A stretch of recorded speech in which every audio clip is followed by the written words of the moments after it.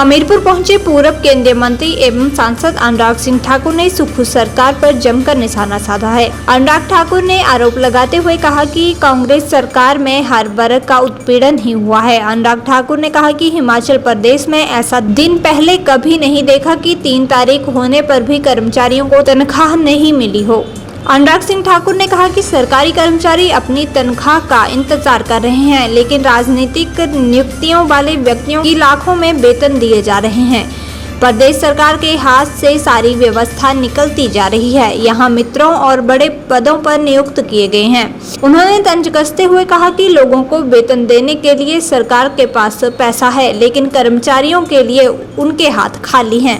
बंगाल के मुद्दे पर उन्होंने कहा कि जिस प्रदेश की मुख्यमंत्री एक महिला हो, उस प्रदेश में महिलाएं सुरक्षित ना हो तो उस प्रदेश की हालत का अंदाजा लगाया जा सकता है। आज जो हालत बंगाल में है उसे सारा देश देख रहा है।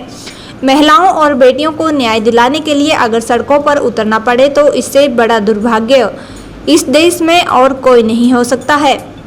पूर्व केंद्रीय मंत्री अनुराग सिंह ठाकुर ने कहा कि ऐसा नहीं है कि इस देश में ऐसे मामलों को लेकर कानून नहीं है। कानून है, लेकिन जरूरत इनकी सख्ती से पालन करने और करवाने की है। उन्होंने खेद व्यक्त करते हुए कहा कि दुख की बात है कि जो घटनाएं लगातार पिछले कुछ समय से बंगाल में हो रही हैं, उससे पूरा देश शर्मसार हो रहा है। दोषियों के खिलाफ समय पर कार्रवाई नहीं हो पा रही है, जिससे पीड़ितों को न्याय नहीं मिल रहा है।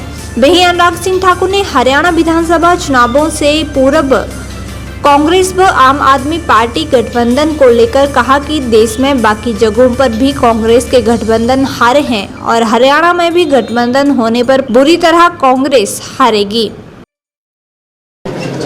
हिमाचल प्रदेश ने ऐसा दिन पहले कभी नहीं देखा कि आज 3 तारीख हो गई, लेकिन सरकारी कर्मचारी और पेंशनर्स जो लगभग 3.5 लाख से ज़्यादा है, उनके खाते में पैसा नहीं आया। वो कैसे बच्चों की तनख्वाह देंगे, कैसे राशन लेंगे, कैसे दूध खरीदेंगे, कैसे फल सब्जियां खरीदेंगे और क्या किन संकट से वो लोग गुजर रहे हैं। ये तब हो रहा है जब प्रदेश में एक के बाद दूसरी बड़ी नियुक्ति की जा रही है। 30,000 वाले की तनख्वाह सीधी 1,30,000 कर दी जाती है, जो कांग्रेस के द्वारा पदों पर नियुक्त किए जाते हैं, राजनीतिक जिनकी नियुक्तियां होती हैं।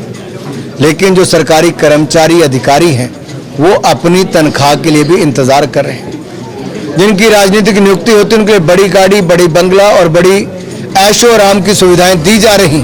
उनके लिए पैसा है, कोई कमी नहीं है, लेकिन सरकारी कर्मचारी अधिकारियों की तनख्वाह देने के लिए पैसा नहीं, विकास के नाम पे पैसा नहीं, गरीब कल्याण के लिए पैसा नहीं। ये कैसी सरकार है? देखिए, महिलाओं के सुरक्षा के लिए और महिला अपराध पर कानून पहले भी थे, आज भी है और सख्त कानून है, उसकी पालना की आवश्यकता है। समय रहते महिलाओं को न्याय मिले, जो दोषी हैं उनके ऊपर कार्रवाई की जाए और समाज में एक ऐसा जन जागरण अभियान, ताकि हर परिवार के बच्चों को, जो हम कहते हैं कि मॉरल वैल्यूज़ की बहुत ज़रूरत है। आज हम उस दौर में हैं जहां छोटी से छोटी बच्चियों के साथ भी इस तरह के दुष्कर्म किए गए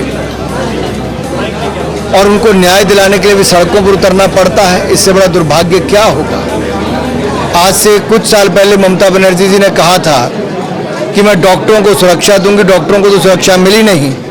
महिला डॉक्टर के साथ जिस तरह का अपराध हुआ है, निर्भया के बाद एक बार फिर लोगों को सड़कों पर उतरने के लिए मजबूर कर दिया है।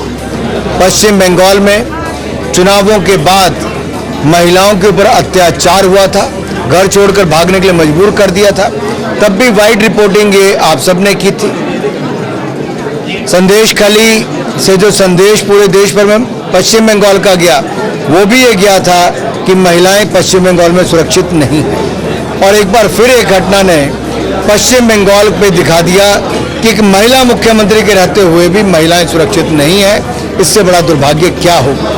गठबंधन बाकी जगह भी इनके हुए, वहां पर भी हारे। गठबंधन यहाँ हुआ, यहाँ पर भी कांग्रेस और गठबंधन दल हारेंगे।